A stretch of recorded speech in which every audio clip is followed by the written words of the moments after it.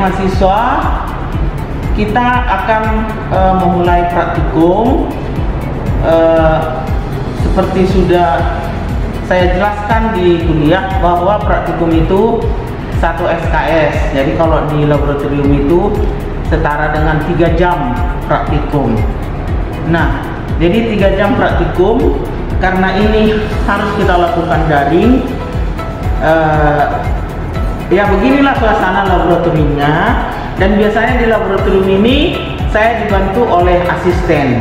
Ini adalah asisten kimia, namanya Ishak Antoni, mahasiswa program studi teknologi hasil pertanian, dan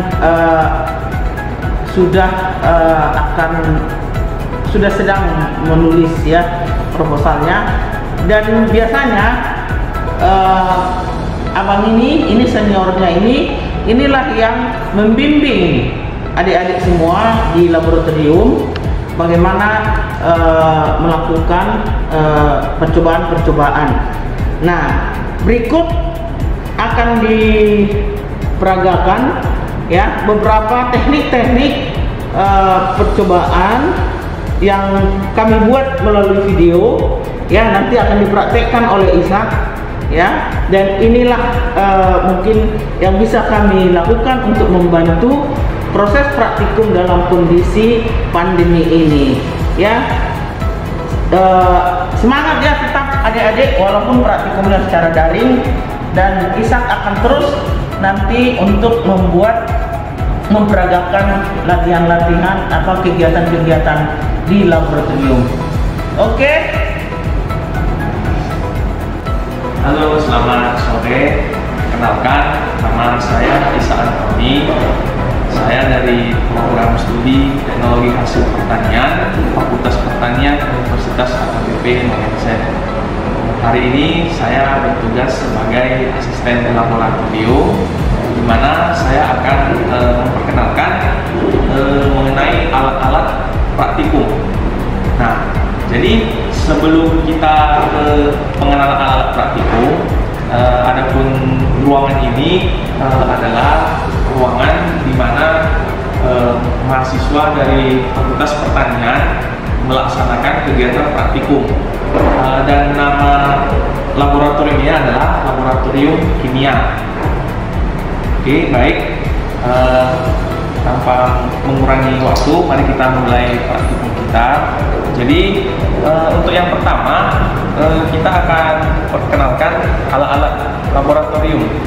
Adapun yang telah tersedia di meja ini adalah alat-alat yang biasa atau umum digunakan di dalam praktikum yang mungkin sederhana gitu. Nah, jadi langsung saja. Yang pertama itu ada tabung reaksi. Nah, jadi tabung reaksi ini berfungsi sebagai tempat untuk mencampur larutan. Jadi kalau kita kadang membuat larutan yang berbentuk cairan, biasanya kita bisa mencampurkannya ke dalam ini. Nah, itulah fungsi dari tabung reaksi. Nah, yang kedua, ini ada namanya rak tabung reaksi. Jadi rak tabung reaksi ini adalah fungsinya untuk menyangga tabung reaksi, dimana setelah kita selesai atau masih belum selesai menunggu reaksi, jadi kita bisa meletakkannya seperti ini. Dan jika kita sudah selesai atau telah menyucinya, kita bisa taruh seperti ini. Kita bisa memasukkannya seperti ini. Oke, kemudian kita lanjut. Ini namanya Erlenmeyer. Nah, Erlenmeyer ini berfungsi sebagai tempat untuk melakukan zat atau mereaksikan zat juga, cuman ini untuk skala yang lebih besar. Jadi selain tempat mereaksikan zat, ini juga bisa sebagai wadah larutan yang akan direaksikan, namun dalam bentuk skala yang lebih besar. Nah, jadi bentuknya itu seperti ini.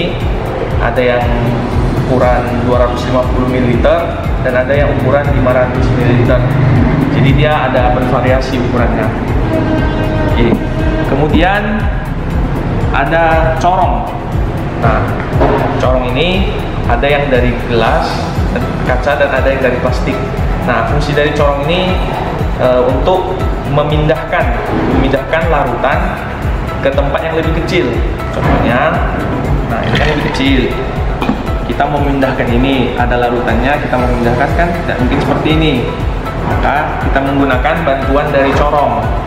Kita tuang seperti ini, maka akan berpindah ke tempat yang lebih kecil. Jadi itulah fungsi dari corong. Selanjutnya ada beaker glass.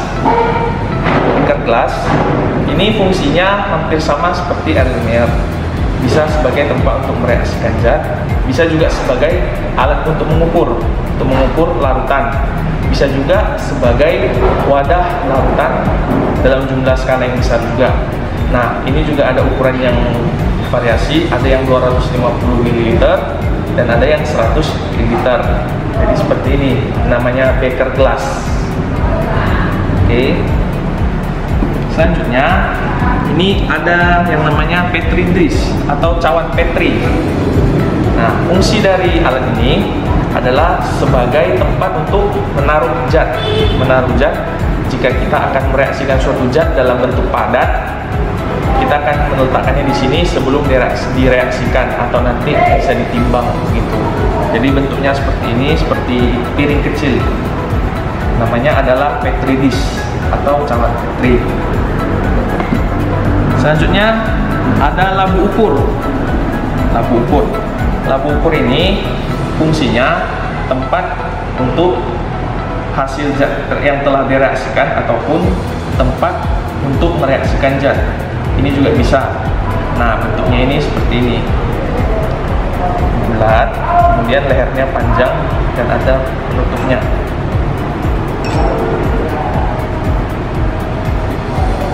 Selanjutnya ini adalah pipet tetes.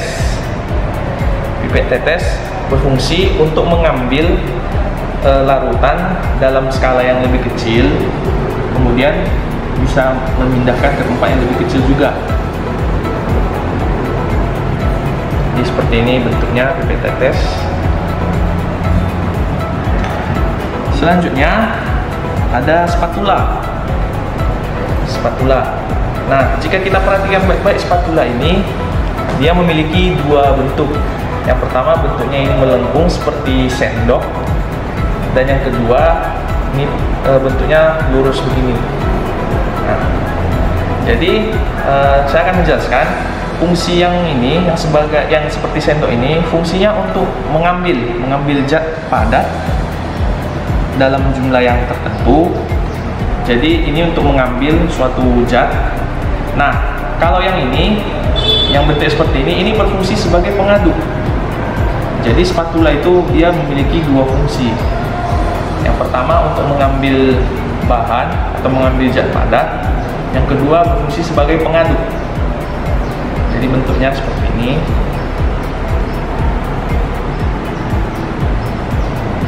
Baik, kita lanjut. Ini adalah gelas ukur. Ya, sesuai dengan namanya, gelas ukur ini berfungsi untuk mengukur larutan. Nah, kalau diperhatikan baik-baik, ini ada takarannya yang sangat detail. Nah, jadi ini fungsinya untuk mengukur larutan yang tepat ketika akan direaksikan. Nah, bentuknya seperti ini, dan ini yang terbuat dari plastik. Jadi bahan-bahan lab untuk praktikum itu biasanya ada yang terbuat dari gelas dan ada yang terbuat dari plastik. Baik. Nah, selanjutnya ini adalah tiang statik. Nah, tiang statik ini bentuknya seperti ini untuk menyangga biuret. Nah, apa itu biuret? Biuret itu seperti ini bentuknya. Ini alat untuk mentitrasi. Jadi mungkin nanti untuk tingkat selanjutnya mungkin ada mempelajari mengenai stoikiometri dan akan memerlukan titrasi. Nah, inilah alat untuk mentitrasinya. Nah, fungsi tiang statik itu seperti apa sih? Kan tadi untuk menyangga. Nah, jadi untuk menyangga caranya seperti ini. Kita buka. colornya, kita masukkan kemari violetnya, kemudian dia akan terjepit seperti ini. Nah, jadi kalau untuk mentitrasi cat nanti dia seperti ini. Nah, jadi nanti di dalamnya ini ada larutan yang sebagai pentitrasi, dan nanti di dalam ini akan ada zat untuk titrasi. Nah, jadi nanti ini ada katupnya, bisa dilihat ini ada katupnya untuk mengalirkan larutan yang ada di dalam ini, sehingga akan terjadi titrasi di dalam ini. Yang mungkin tuh titrasi akan bisa lebih pelajari lebih lanjut di pelajaran selanjutnya. Saya akan hanya menjelaskan mendasarnya saja. Nah, kemudian ini ada mortar dan alu. Mortar dan alu. Fungsinya ini untuk menghancurkan bahan supaya lebih halus, untuk menghaluskan. Karena kan kalau dia lebih halus, maka akan lebih mudah untuk diekstrak ataupun lebih mudah larut. Jadi inilah fungsinya, untuk menghaluskan bahan-bahan yang akan direaksikan. Selanjutnya ini ada termometer. Jadi bentuknya seperti ini. Nah, seperti namanya, termometer. Jadi fungsinya ini untuk mengukur suhu pada larutan. Karena ada beberapa reaksi yang bisa menimbulkan perubahan suhu, atau lebih umumnya kita katakan contohnya bisa menjadi lebih panas gitu. Aturan yang dia suhunya normal bisa panas. Nah, untuk mengetahui itu kita bisa mengukurnya dengan menggunakan termometer ini. Jadi bentuknya seperti ini. Oke. Nah, selanjutnya ada ini namanya indikator universal. Jadi indikator universal ini fungsinya untuk mengukur pH larutan. Nah, warnanya itu seperti ini.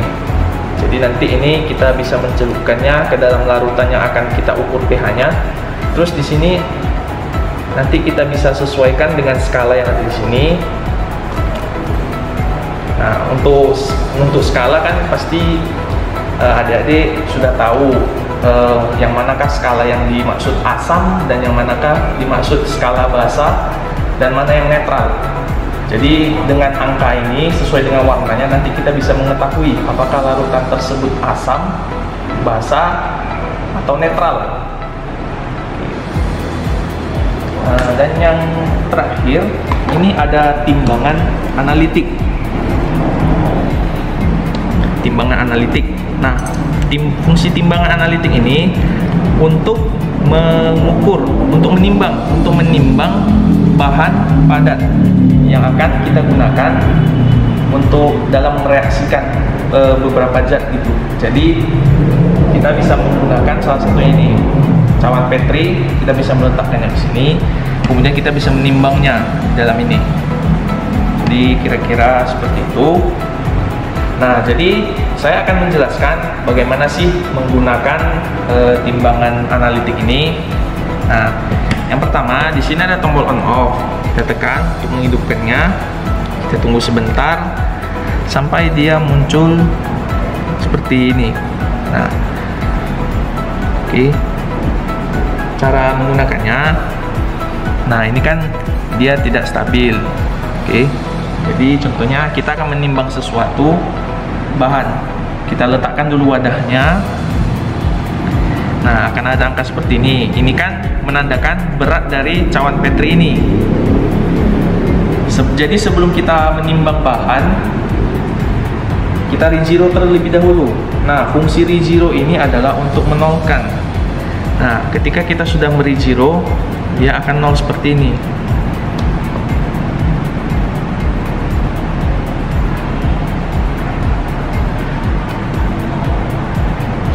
Oke, baik.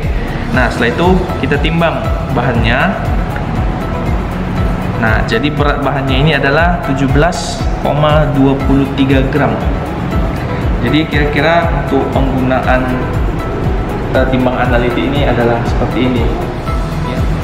Oke, jadi untuk pengenalan alat-alat praktikum, saya kira mungkin bisa sampai di sini saja. Semoga apa yang dijelaskan tadi bisa bermanfaat bagi adik-adik semua. Terima kasih. Selamat sore.